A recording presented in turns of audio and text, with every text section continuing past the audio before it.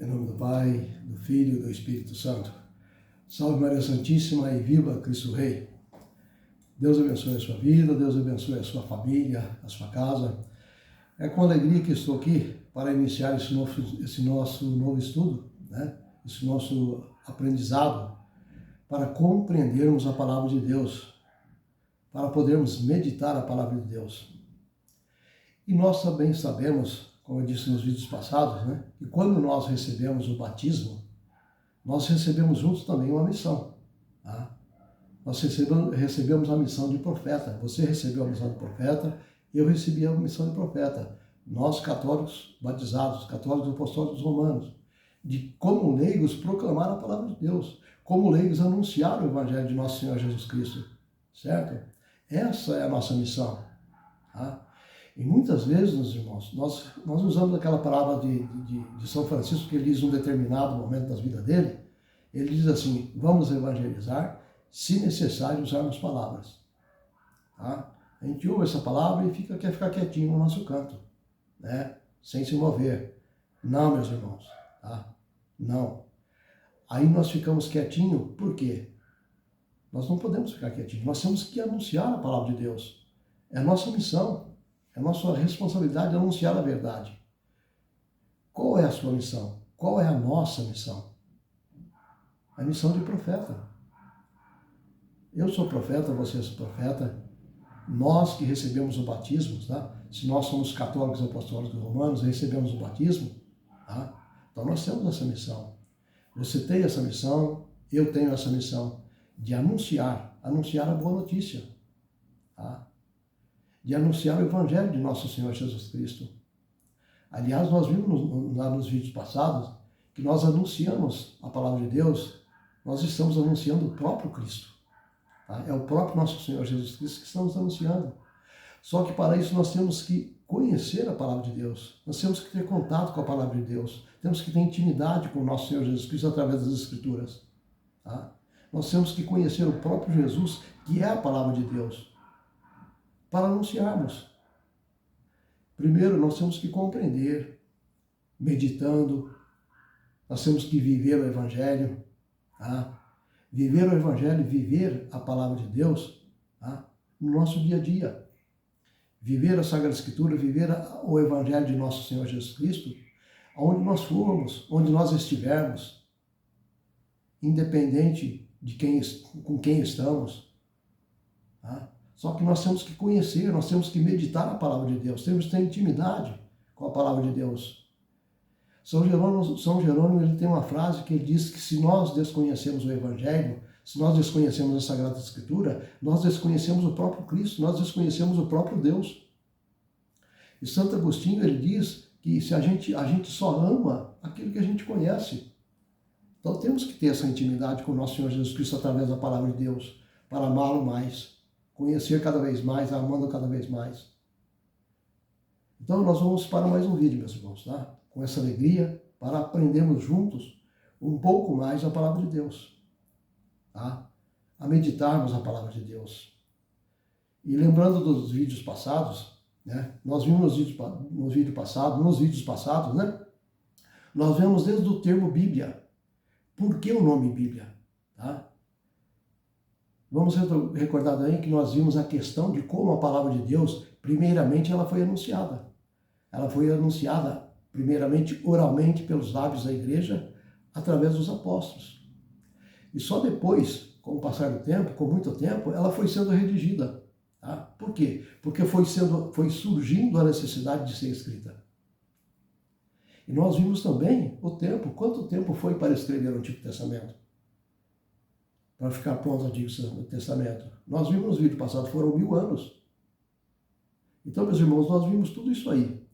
Então, nós vamos começar agora vendo o porquê dessa divisão de Antigo e Novo Testamento, certo?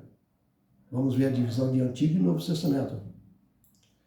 Isso eu peço para você já ter aí o seu caderninho do lado para anotar as passagens bíblicas, porque às vezes não dá tempo aqui, mas você anota, depois você pega a passagem bíblica e você vai estudar, a sua Bíblia vai pegar essas passagens e ler na Bíblia Ave Maria, o Catecismo da Igreja Católica, tá bom? Isso aí vai ser muito importante para nós, tá? Vai nos ajudar muito. Você anotar as passagens, depois você pega com calma na sua Bíblia e vai lendo. Tá bom? Meus irmãos, por que essa divisão de Antigo e Novo Testamento? Por quê?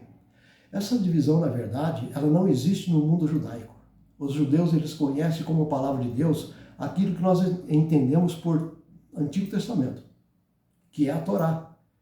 Tá? Que é a Torá. A Torá é o livro da lei para os judeus. A Torá é o livro mais importante. Ali, na Torá, ali no Pentateuco, ele tem as Torá, ele tem os profetas, ele tem os livros de instruções. Tá? Então, no mundo judaico ela não existe a categoria antigo. Essa categoria de antigo, tá, só existe no mundo cristão. E, presta atenção, e a referência para a gente entender o que é novo e o que é antigo é a Páscoa de Nosso Senhor Jesus Cristo.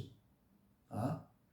Então, portanto, a encarnação, o nascimento, o crescimento, a vida pública, a paixão, a morte e ressurreição, tá, de Nosso Senhor Jesus Cristo.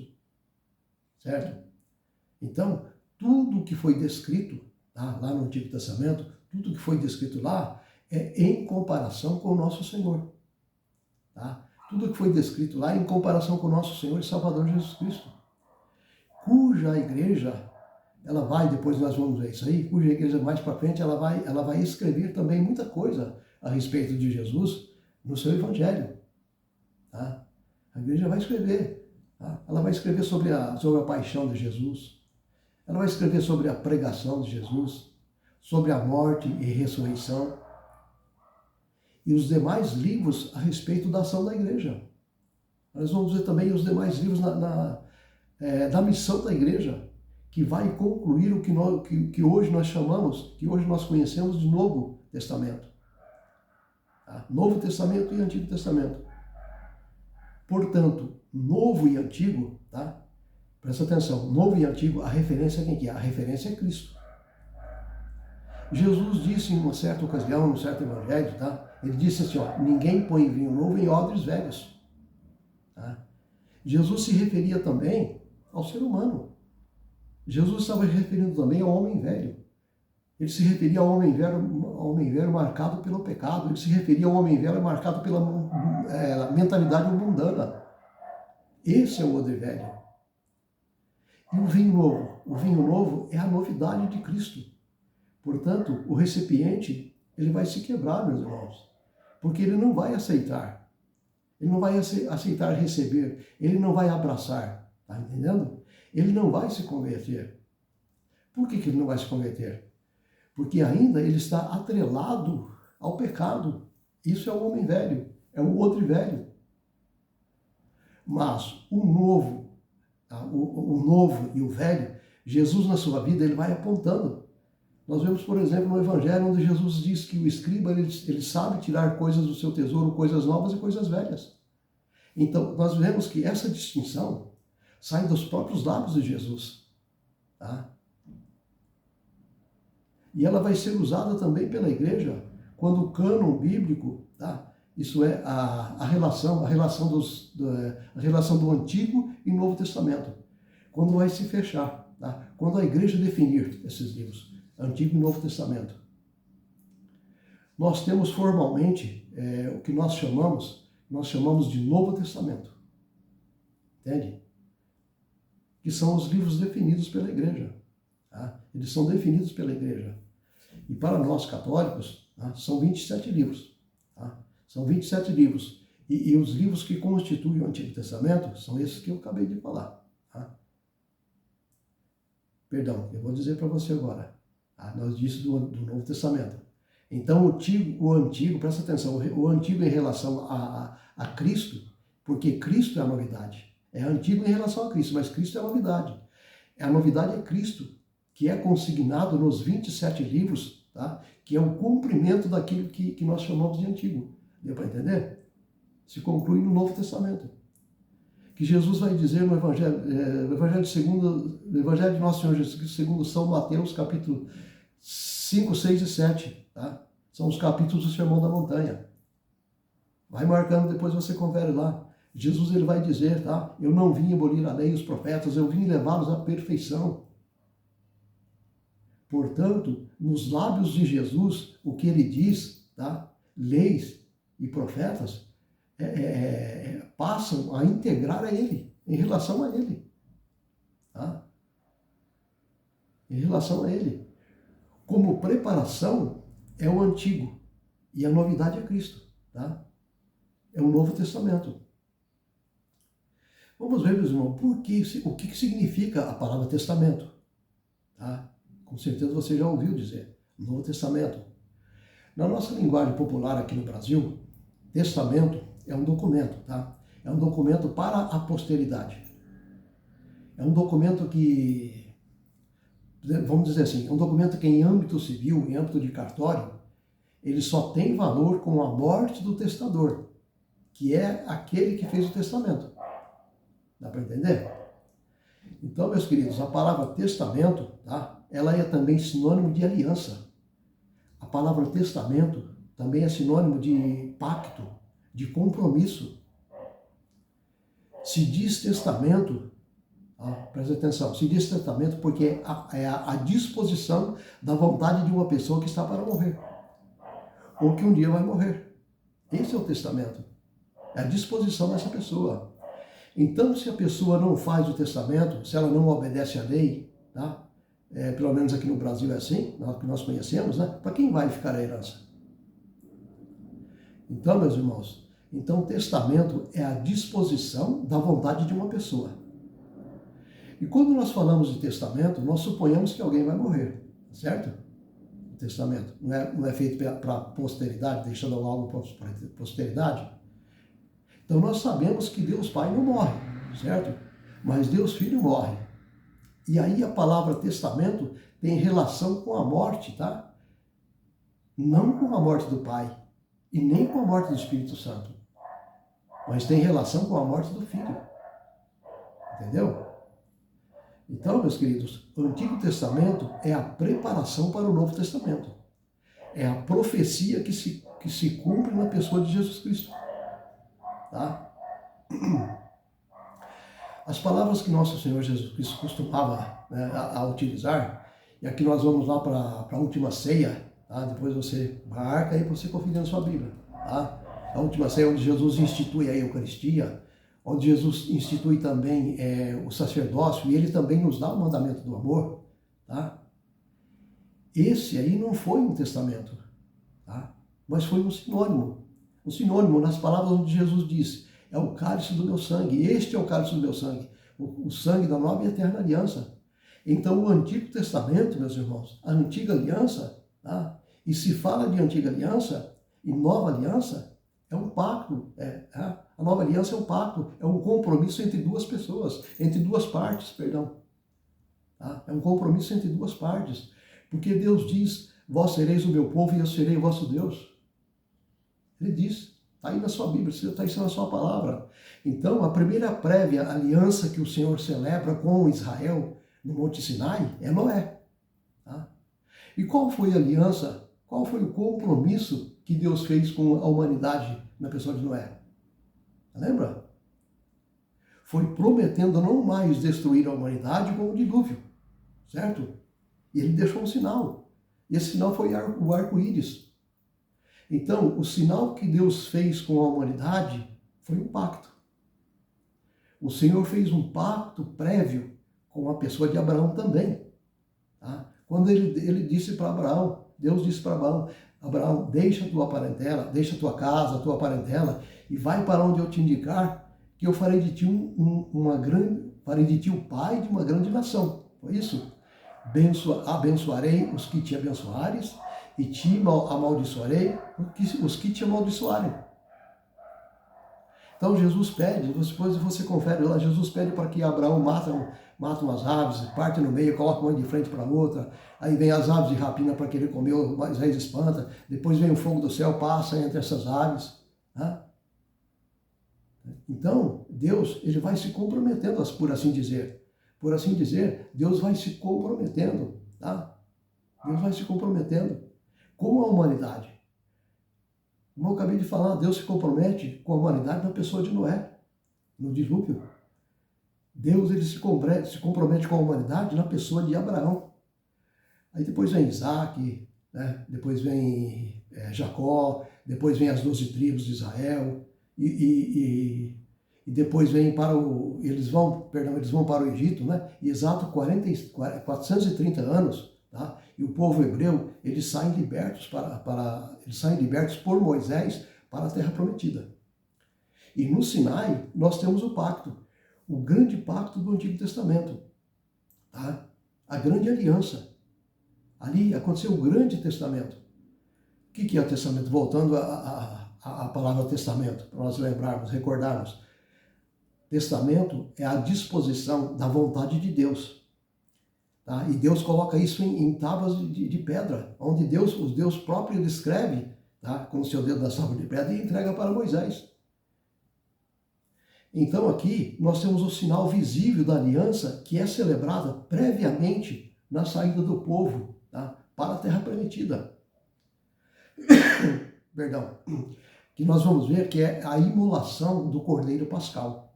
É isso, a imolação do Cordeiro Pascal. Onde o sangue ele devia ser aspergido nos portais das casas dos hebreus. Porque o anjo exterminador ele passaria naquela noite matando os primogênitos.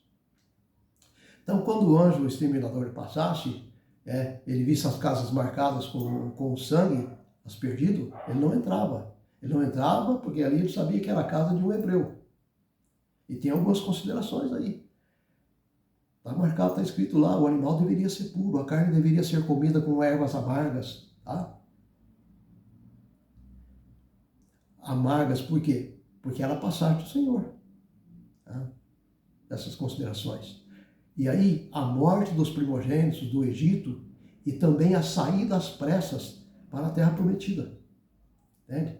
Então aí, meus queridos, nós temos aqui 3 meses depois da saída, nós temos a aliança que é celebrada no Monte Sinai, que eu falei agora há pouco. É celebrada no Monte Sinai, tá? Onde Moisés ele entrega as tábuas para o povo. Então tudo isso aí que eu falei está contexto, está conexo mesmo, está conexo com a Páscoa do Senhor, que foi celebrada no Egito, tá? Que é a imolação do Cordeiro que eu acabei de falar. E o que é isso? Que é o símbolo do nosso Senhor Jesus Cristo, o Cordeiro de Deus. Isso nós vemos no Novo Testamento, São João vai dizer isso aí. São João vai chamá-lo de Cordeiro de Deus que tira o pecado do mundo. Não é isso? Então, meus irmãos, Deus ele criou Adão, ele criou Eva, e essa amizade foi quebrada com o pecado original. E Deus aí faz essa aliança. É como se Deus dissesse, eu quero voltar à amizade contigo. É como se Deus dissesse, eu quero voltar a esse relacionamento com você. Tá? E essa iniciativa, meus irmãos, essa iniciativa é de Deus. Isso a gente vê no livro do Gênesis, capítulo 3, versículo 15. Depois você marca e pega lá. Gênesis capítulo 3, versículo 15. Ali é uma aliança, meus irmãos. Ali é um compromisso. Deus se empenha em salvar a humanidade. É aquilo que os padres da igreja, tá, vão chamar de proto-evangelho. Proto-evangelho, isto é, o primeiro anúncio da boa notícia do evangelho de nosso Senhor Jesus Cristo. Tá? Que está em Gênesis, livro do Gênesis capítulo 3, versículo 15. E ali nós vemos que é um monólogo, tá? É um monólogo de nosso Senhor Jesus Cristo com a serpente. Depois você lê lá, o mais astuto de todos os animais da terra. Tá? E aqui é a pessoa de Satanás. Tá? A gente sabe disso aqui, é a pessoa de Satanás. Então Deus faz uma promessa, tá? Aqui tem um testamento, meus irmãos. Essa promessa que Deus faz. Só que é um testamento que ainda está, vamos dizer assim, ainda está embrionário. É um testamento que nós podemos dizer que ainda está sendo aberto, está sendo revelado, está sendo conhecido. É um testamento que ainda está sendo amadurecido, ele vai ser amadurecido ao longo de milênios, até chegar ao nosso Senhor Jesus Cristo. Repare o que o Senhor diz ao demônio. Tá? Repare. É o primeiro mandamento, perdão, é o primeiro testamento aí. Tá? É o testamento mais longínquo que nós temos relatado. É o mais remoto dos testamentos. lembrando da palavra testamento. Testamento é a disposição da vontade, certo? Ou seja, é o propósito de deixar algo para a posteridade. Tá? Então, isso a gente vai ver em vários momentos. Nós vamos ter isso aí em várias etapas. Aqui é a primeira etapa. Aqui é a primeira etapa. Porém, ódio entre a tua descendência e a dela. Esta te ferirá a cabeça e tu lhe ferirás o calcanhar. Tá? Está no primeiro livro da Bíblia. Gênesis capítulo 3, versículo 15. Tá? Ali ele diz, entre o diabo, porém inimizade entre o diabo e a mulher. Não é isso? Eu te pergunto, que mulher é essa? Vamos lá para o livro do Apocalipse, capítulo 12, marca aí. Capítulo 12, tá? Lá está escrito assim, ó. Um grande sinal apareceu no céu. Uma mulher vestida de sol, coroada de 12 estrelas, tendo a lua debaixo de seus pés. E essa mulher está grávida. Está prestes a dar à luz. Está escrito lá também. E apareceu um outro sinal. Tá? Um outro sinal. É um dragão. A primitiva serpente. Primitiva serpente. Que é Satanás. Que se coloca diante dessa mulher para devorar a criança assim que nascer. Então, aqui, meus irmãos, nós descobrimos o quê? Nós descobrimos que a mulher, essa mulher do Antigo Testamento, tá? Nós descobrimos quem é essa mulher no capítulo 12 de Apocalipse, que é no Novo Testamento. Livro do Gênesis, capítulo 3, tá? Versículo 15. É o primeiro livro da Bíblia, certo? Apocalipse, capítulo 12. É o fim da Bíblia, é o último livro da Bíblia. O que é profetizado à mulher e à serpente em Gênesis se revela com toda a sua magnitude na luta, a luta que vai haver até o final dos tempos. Tá? Até o final dos tempos. A mulher grávida coroada de estrelas é símbolo dos apóstolos. Tá? É símbolo também das 12 tribos de Israel. E a gravidez, tá? A gravidez dessa mulher é Cristo. É a gravidez de Cristo. É o menino que vai reger todas as nações para sempre. Olha que bonito, meus irmãos. A tradição da igreja, tá? A tradição da igreja unanimemente viu essa mulher, tanto a igreja que gera Cristo em nós e também a bem-aventurada Virgem Maria. Tá? A Virgem Maria que gerou Cristo, tá? Gerou Cristo à humanidade do Verbo encarnado no seu ventre. Entende? Então, testamento, pacto e compromisso é a aliança que Deus faz em dois grandes momentos. Tá? Testamento, pacto e compromisso é a aliança que Deus faz em dois grandes momentos. O momento do Antigo Testamento, tá?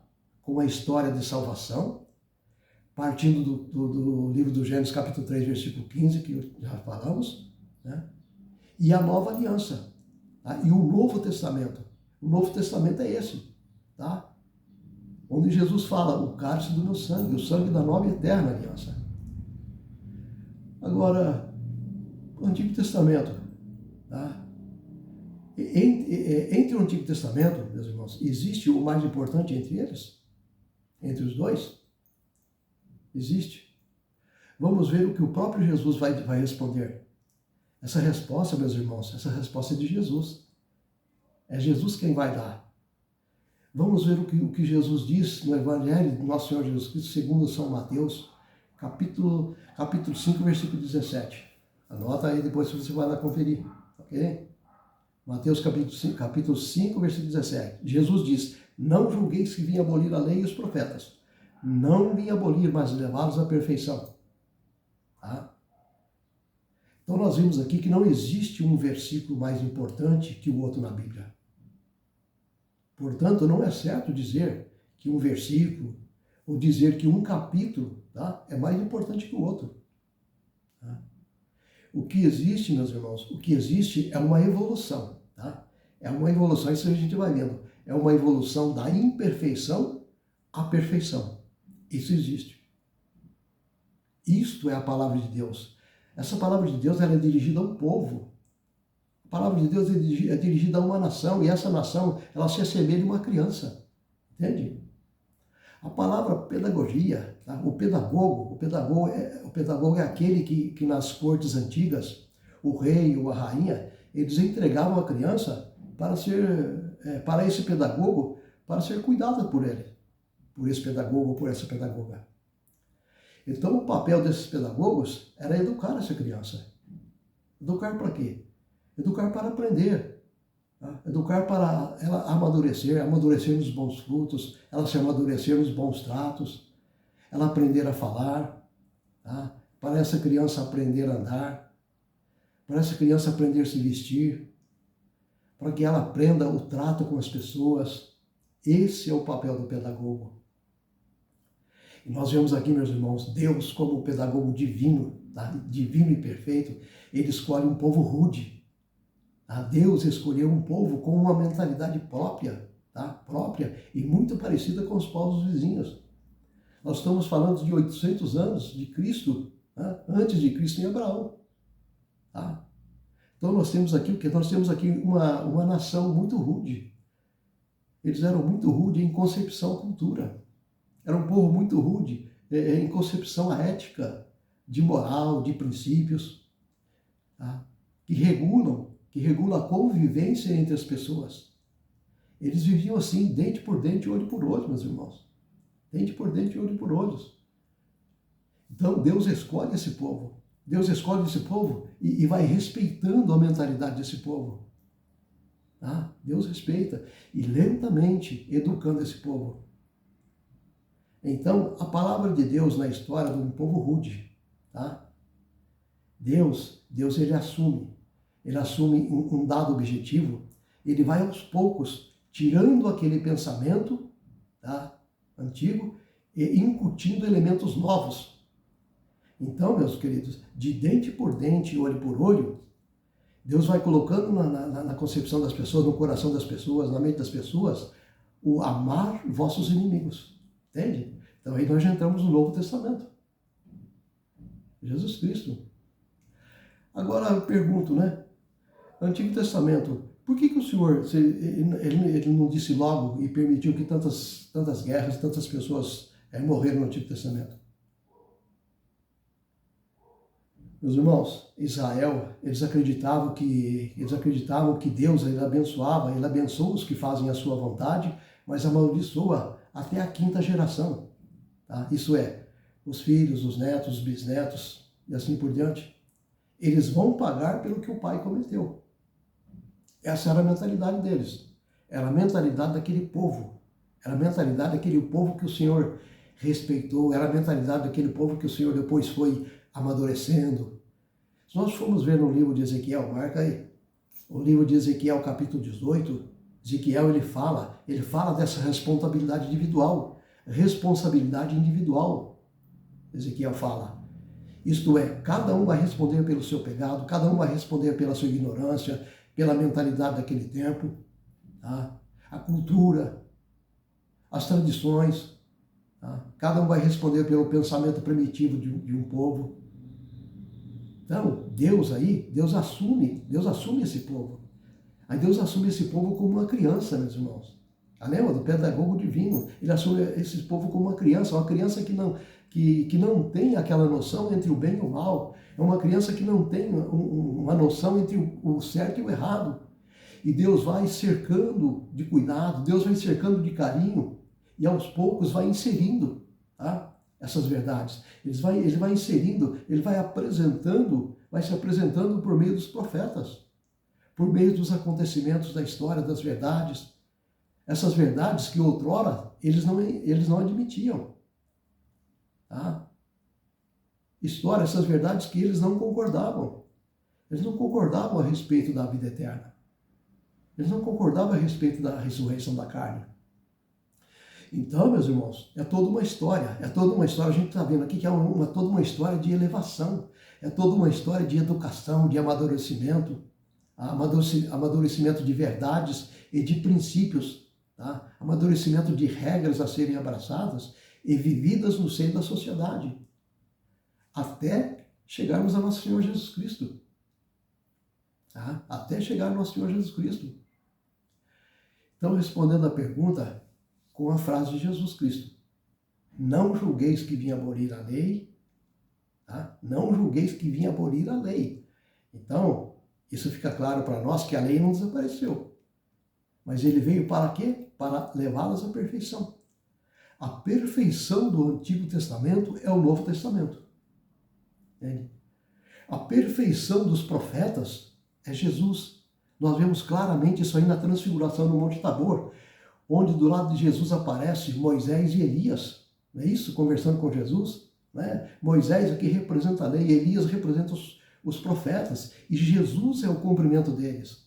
Jesus é o sentido, Jesus é a realização, tá? Que eles anunciaram. Jesus é a realização dos oráculos que eles proferiram. Entende? Então, portanto, não é correto dizer que exista, né, que existe uma parte mais importante ou outra na Bíblia.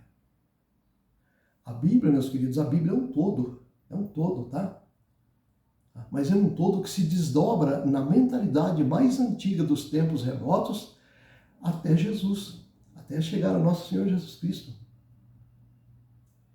E aqui nós temos normas, nós temos regras litúrgicas, né? O culto provisório do Antigo Testamento, em preparação para a realidade que atinge o ponto mais alto, que é Jesus. Tá? Para entendermos o Antigo Testamento, meus irmãos, para entendermos o Antigo Testamento, tá? Nós precisamos do Novo Testamento e vice-versa. Nós precisamos um do outro. Precisamos dos dois, aliás, né? O Antigo Testamento é a preparação, tá? É a preparação de uma realidade que se chama Jesus. É a preparação, tá, do que vai se cumprir na pessoa de Jesus. Só que o Antigo Testamento, meus queridos, o Antigo Testamento, ele também se realiza, tá? Ele também se realiza por si mesmo. Por quê? Porque o Antigo Testamento também é a palavra de Deus. Por isso que ele se realiza. Porque também é a palavra de Deus. Você se lembra o que Jesus fez com os discípulos? Você não conhece, depois você procura na sua Bíblia. O Jesus com os discípulos de Emaús, depois da morte de Jesus, eles estavam voltando para a sua casa. Voltando desanimados, desolados, não é isso? E no caminho Jesus se coloca diante deles, né? E andando com eles, né? Depois eles vão falar mais para frente, não ardia o nosso coração quando eles nos falavam as Escrituras?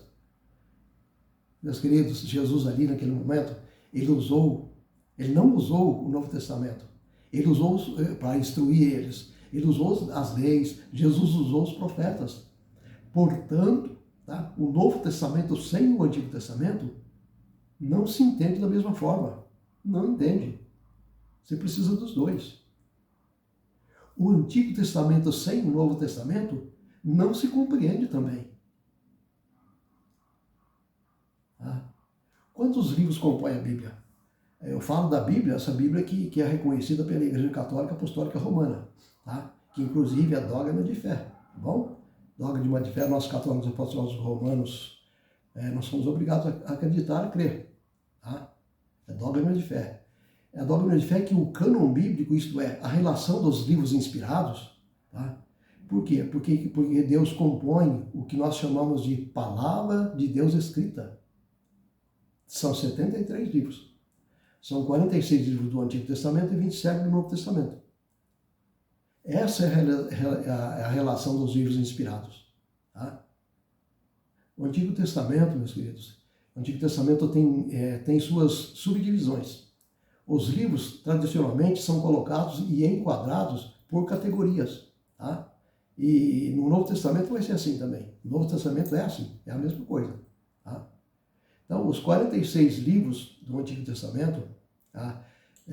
Livros das Lamentações, as Lamentações de Jeremias é um fato muito importante aqui, as Lamentações de Jeremias, esse livro é um livro à parte, porque ele era considerado como um acréscimo,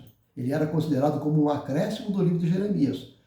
Mas aí, com o passar do tempo, prevaleceu a convicção de que as Lamentações eram um livro à parte. Então ficaram dois livros, tá? Ficaram dois livros. O livro de Jeremias e o livro das Lamentações de Jeremias. Então são dois livros. Tá? Primeira grande subdivisão do Antigo Testamento. Tá? A primeira parte, meus irmãos, a primeira parte na ordem do Antigo Testamento, tá? É chamada de Pentateucos. Pentateucos. O Pentateuco, ela é uma palavra grega, tá? É uma palavra grega, e a palavra penta, nós sabemos que são 5, né? Que significa 5. Tá? E o teuco, perdão, o teuco é rolo. Porque naquele tempo não havia escrita como nós temos hoje. Né? Naquele tempo era pergaminho. Tá? Era o pergaminho. Era uma planta, o pergaminho é uma planta, né? É uma planta que ainda cresce em alguns rios do Oriente. Tá? Ainda se encontra lá. Então essa planta, meus irmãos, ela tem um caniço, né? Tem um caule, tem as suas folhas. Então essas plantas, elas eram colhidas e elas passavam por um processo de, digamos assim, de achatamento. Tá? De achatamento.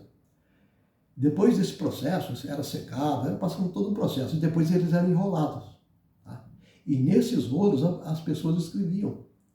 Eles pegavam ali a pena de alguma ave, tá? Colocavam ali um potinho de tinta, molhavam e eles escreviam. Eles escreviam. Tá? As pessoas iam escrevendo. Então essas escrituras constituem o que se chama rolo. Tá? Se chama rolo. Tá? E que ainda hoje, nas sinagogas, existem esses rolos. Os judeus têm esses rolos. E tem também o amanuense. O amanuense, que nós já falamos em outros vídeos, que é um profeta que dita e a pessoa vai escrevendo. São Paulo usou disso aí. São Paulo usou também desse dispositivo. Por quê? Porque nós sabemos que São Paulo ele era um fabricante de tendas, né? Era a profissão, ele tinha essa profissão de fabricar tendas. Então, à noite, ele estava cansado, né? Pelo seu trabalho. Então, ele determinava ali um assessor seu, tá? E esse assessor ia escrevendo. Ele ditava e o assessor ia escrevendo. E isso não tira, de forma alguma, a autoridade do apóstolo Paulo, meus irmãos. De maneira alguma. E no fim, São Paulo assinava, né? Ele assinava e enviava esses rolos. Ele assinava e enviava essas cartas para as comunidades. Hoje, no contexto que nós vivemos, nós chamamos de digitador, não é isso? A pessoa vai digitando, vai falando, e a pessoa vai digitando lá. Né? E depois imprime. Aí você vai lá e assina. Então você é o autor, não quem digitou. Certo? Então nós temos o amanuense, nós temos o autor, né? E temos a palavra de Deus, certo? Vai sendo feita, a palavra de Deus vai sendo feita assim. O rolo, o Pentateuco, o amanuense, foi escrito assim. Foi escrito assim. Ao longo de muito tempo, o livro do Gênesis, depois diz o livro do Êxodo, Levítico, o livro dos Números e o livro de Deuteronômio. São 5 livros, tá? Que se chamam Pentateuco, porque são 5 rolos. Gênesis, Levítico, Gênesis, Êxodo, Levítico, Números e Deuteronômio. Que para o judeu é a parte mais importante, tá? É a que nós chamamos de Antigo Testamento. Que para nós, meus irmãos, para nós católicos apostólicos romanos, tá? Não há a parte mais importante. Como eu já falei daqui a pouco atrás. Não há a parte mais importante. É o conceito que eles têm de inspiração, de importância, tá? E, sem dúvida, é tanto que no tempo de Jesus havia definições entre os fariseus. Entre os fariseus e os saduceus. Tá? Havia essa distinção, essa definição. Os saduceus não acreditavam em anjos, nem acreditavam na ressurreição. São Paulo ele era um fariseu, São Paulo era fariseu. Vamos lembrar de um episódio em Atos, no livro do Atos dos Apóstolos, né, em que São Paulo ele é colocado diante da multidão, né, que estava dividida entre saduceus e fariseus, perdão. E São Paulo, mesmo, com muita inteligência, porque ele era um inteligente, né, ele usou da sua inteligência ali, por quê? Porque senão ele iria ser linchado, ele iria morrer. Então ele acaba colocando os escribas contra os fariseus. E foi a ponto deles brigarem, de ver uma confusão e ver briga. São Paulo diz assim: irmãos, estou sendo julgado pela fé na ressurreição. Foram as palavras de São Paulo. Tá? E entre a multidão tinha muitos fariseus. São Paulo sabia disso. E eles disseram assim, os fariseus disseram assim, mas é por isso que ele está sendo julgado? Mas nós também acreditamos na ressurreição. Tá? Aí eles falaram assim, e se foi pela boca de um anjo que ele falou? Se foi pela boca dos anjos? Então surgiu essa dúvida entre eles. Tá? E aí os saduceus negavam a ressurreição. Aí eles se indignaram com isso. E aí começou a pancadaria, começou a briga. Né? E São Paulo, nesse momento, ele é tirado de lá. E São Paulo se livrou de ser linchado. Por isso que se você ficar somente com os Pentateucos, são os primeiros 5 livros, tá? Por isso que você ficar somente com os livros, você vai negar muitas coisas nos livros posteriores. Você vai negar muitas verdades que vão aparecer nos livros posteriores. Tá? Se você ficar só com os Pentateucos, você vai negar a existência dos anjos, a ressurreição. E no livro de Daniel fala da ressurreição da carne. Tá? Mas no livro dos Pentateucos não fala. Então vejam. Tá? Vejam que entre os próprios judeus haviam aqueles que avisavam. Eles avisavam, né? Aqueles grupos se dividiam. Nós só acreditamos no Pentateuco. Aí os outros, nós só acreditamos na lei. Aí tinha outro grupo, nós só acreditamos na Torá. Torá significa lei aos livros de Gênesis, Êxodo, Levítico, Número e Deuteronômio. 5 livros. Tá? É o livro da lei. Então veja essa divisão. Essa é a primeira divisão no Antigo Testamento. Tá? No Pentateuco. A divisão do Antigo Testamento. São 5 livros. 5 livros. Vai somando aí. Tá? Vai somando aí até dar os 46 livros. Agora nós vamos falar dos livros históricos. Tá? Livros históricos. E por que eles se chamam históricos? É por eles descreverem apenas em linguagem histórica o gênero literário. Tá? O gênero literário histórico. Mas nesses livros, meus irmãos, nesses livros nós encontramos, principalmente ou quase totalmente, descrições nesses livros. Nós encontramos fatos, nós encontramos personagens da história de Israel, tá? De um determinado período. São os livros o livro de Josué, livro de Juízes, 1ª e 2ª Samuel, tá?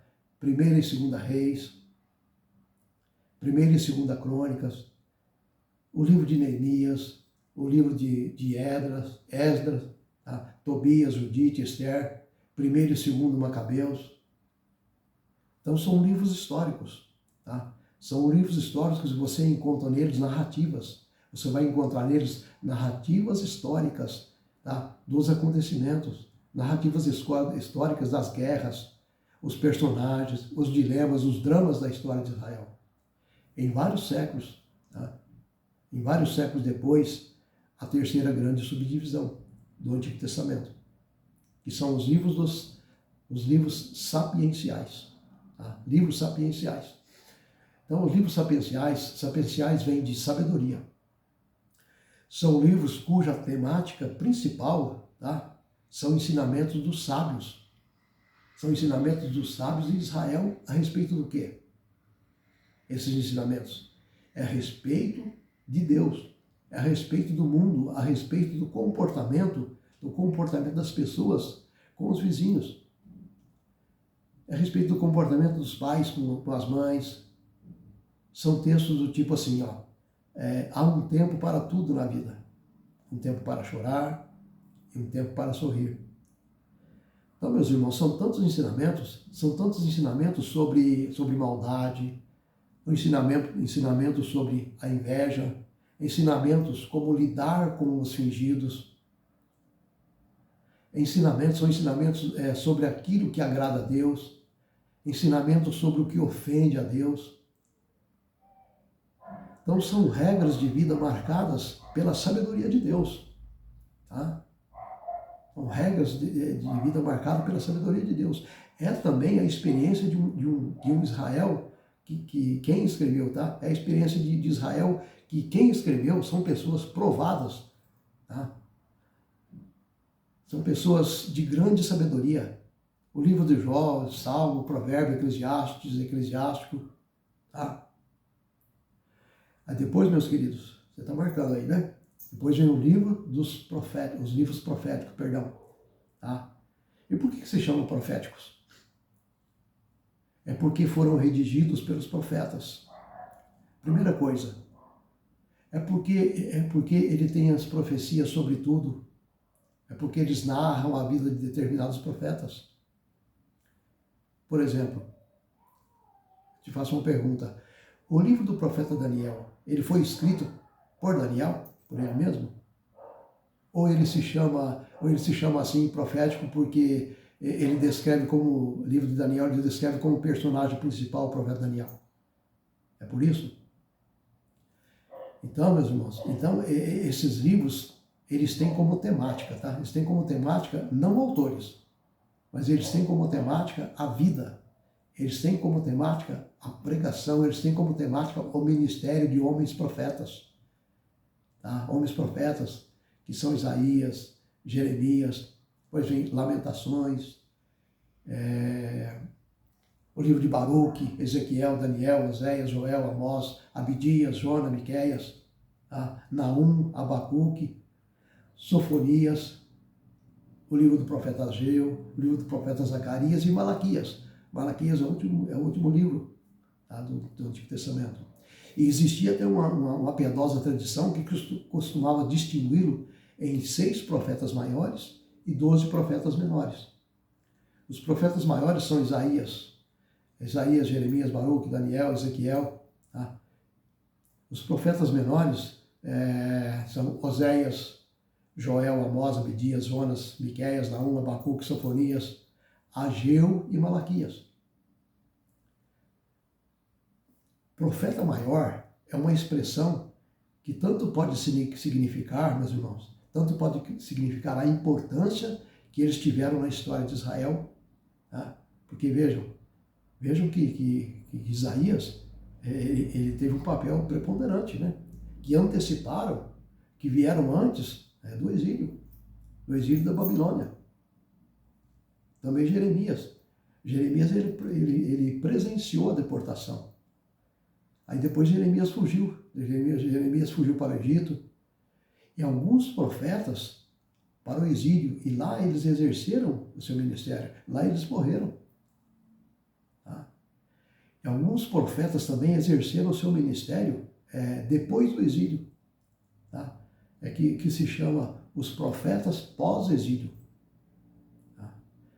Então, meus queridos, a importância também, tá? Existe uma importância também pelo número de capítulos dos seus livros. Tá? Existe também essa distinção. Vejamos, Isaías tem 66 livros, Miqueias tem 3 livros. Porque Miqueias, tá, já é um profeta mais recente no judaísmo tardio. Então, meus queridos, o 12 é um número sugestivo, tá? É o número das tribos de Israel. É o número dos 12 apóstolos, o número dos 12 meses do ano.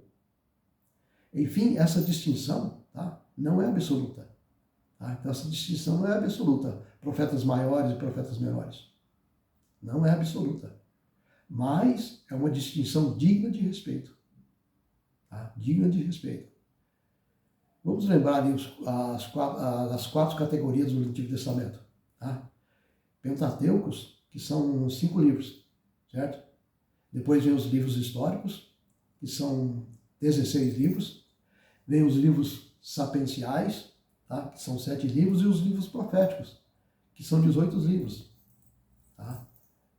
Que dá um total de 46 livros. Tá? Então, para memorizar, o Antigo Testamento está subdividido em 4 categorias. Pentateucos, tá? A palavra que significa literalmente 5 rolos, tá? Que é chamado em hebraico de Torá, que a Torá significa lei, é a lei. Tá? E, na verdade, eles chamam o único livro.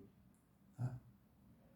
Porque quando a Escritura, meus irmãos, ela foi sendo traduzida pelo grego e foi sendo traduzida para o latim, isso já no ano de 250, aí se faz essa distinção.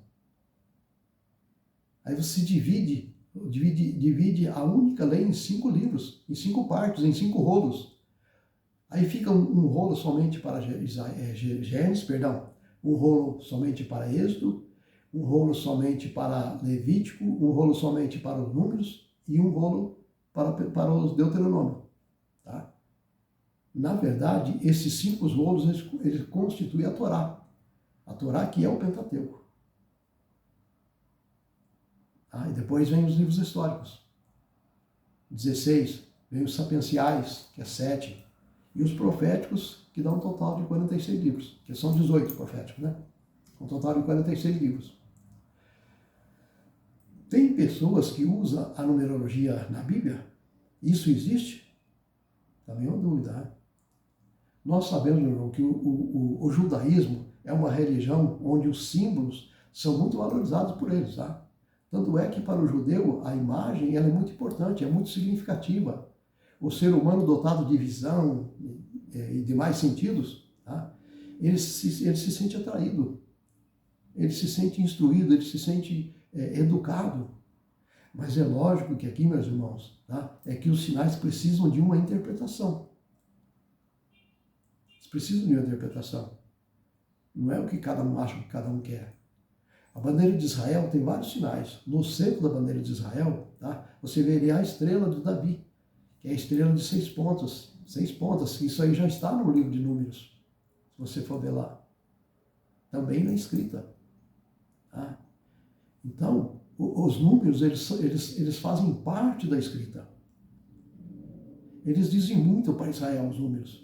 Dizem muito para Israel. Por exemplo, o número 7. O número 7 ele indica a perfeição. Tá? Ele indica o número dos dias da semana. Deus fez o mundo em 6 dias e no 7º dia descansou. Não é isso? Então o número 7 passa a ser o número que indica a totalidade. O número 7 passa a ser o número que indica o fim de um ciclo semanal. O número 7, tá? É o número da perfeição. Aí depois vem outro número também que a gente conhece, que é o 144 mil. Esse 144 mil é o número dos eleitos. No Antigo Testamento tem relação com 12 vezes 12 vezes 1000. Tá? O 12 é o número das tribos de Israel. Tá? Diz a totalidade do povo de Israel. A congregação, a assembleia de todos os eleitos. Tá? É a soma de todas as tribos de Israel. 12 tribos, 12 patriarcas, 12 filhos de Jacó. Então, meus queridos, o número 12 é o número dos dias do ano. Tá?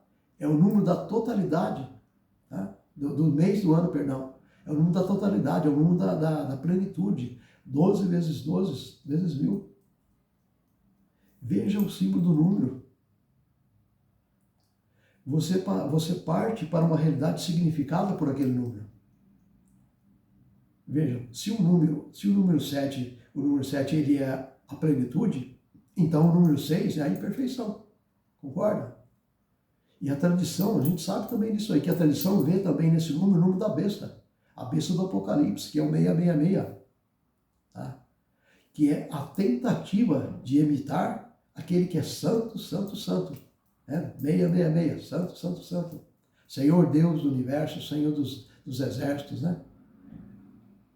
O profeta diz que Deus é 777, porque 7 é o símbolo da plenitude. 7 é o símbolo da totalidade. O número 7 é o símbolo é o número dos dons do Espírito Santo. Tá? E se nós vemos também no Novo Testamento, meus irmãos, o Novo Testamento trabalha muito também com isso. Por exemplo, o vídeo de São João, em Apocalipse. São João era judeu, ele conhecia as profecias do Antigo Testamento. Por isso que ele fala em Apocalipse dos 7 selos, fala das 7 igrejas, as 7 cartas, não é isso? As 7 trombetas. Ele fala também as 7 taças, né? Então, tudo isso no Antigo Testamento, ou seja, totalidade. Tá? Há outros também que evocam o espírito da totalidade. É o espírito dos 4 ventos. Isso é uma ideia do profeta Ezequiel. Tá? É a ideia do profeta Ezequiel. E também evoca o planeta. Tá? O planeta Terra. são os elementos, são os 4 elementos: terra, fogo, ar e água. Os 4 elementos da natureza. Também existe isso aí. Tá? O judaísmo está repleto dessas realidades, ou seja, atribuir números a mensagens. Entende? E, meus irmãos, Deus Todo-Poderoso, Ele está cercado de legiões. Deus Todo-Poderoso está cercado de miríades. Certo? Nós sabemos disso, está escrito. Então vem também os 4 cavaleiros do Apocalipse, que evocam a totalidade das coisas, essas coisas que vão acontecer quando Deus Todo-Poderoso iniciar o arremate da história. Tá? E assim por diante. Se nós vemos Jesus ele convoca os 12 apóstolos, não é isso? Justamente para mostrar o quê? Para mostrar a nova aliança. Tá? Ele convoca os 12 apóstolos justamente para mostrar a nova aliança. A igreja de Deus é a realidade do que foi pré-figurado em Israel, que tinha as 12 tribos, e assim por diante. Sem dúvida alguma, meus irmãos, sem dúvida alguma, é preciso se situar no universo testamentário, tá? E neotestamentário, para que nós possamos compreender que há uma ligação, tá? Há uma ligação, porque nada é colocado por acaso na Bíblia. Nada é colocado por acaso no Antigo Testamento, nem no Novo Testamento. Nada é colocado por acaso. Para significar que o número tem o seu significado, entende? Que o número tem a sua mensagem, o número tem sua mensagem. Deus quer falar com este número. Tá? Porque ele não é colocado ali por um acaso. O número 3.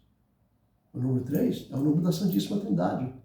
As 3 pessoas da Santíssima Trindade, não é isso? Deus Pai, Deus Filho, Deus Espírito Santo. As 2 testemunhas que falam ali em Apocalipse. E assim por diante, meus irmãos. E assim por diante vai. Bom, vamos encerrar aqui, por aqui esse vídeo. Espero ter contribuído um pouquinho para você, que você tenha aprendido mais alguma coisa sobre a palavra de Deus, as Sagradas Escrituras, né? Porque nós sabemos que nós temos uma missão, né? Por isso que eu insisto sempre nisso. Nós temos uma missão como batizados, católicos, apostólicos, romanos. Somos a missão de anunciar, de levar a boa nova. Bom, Deus abençoe a sua vida, Deus abençoe a sua família. Salve Maria Santíssima e viva Cristo Rei. E se assim Deus permitir, na semana que vem nós estaremos com um novo vídeo, no nosso novo estudo. Deus abençoe.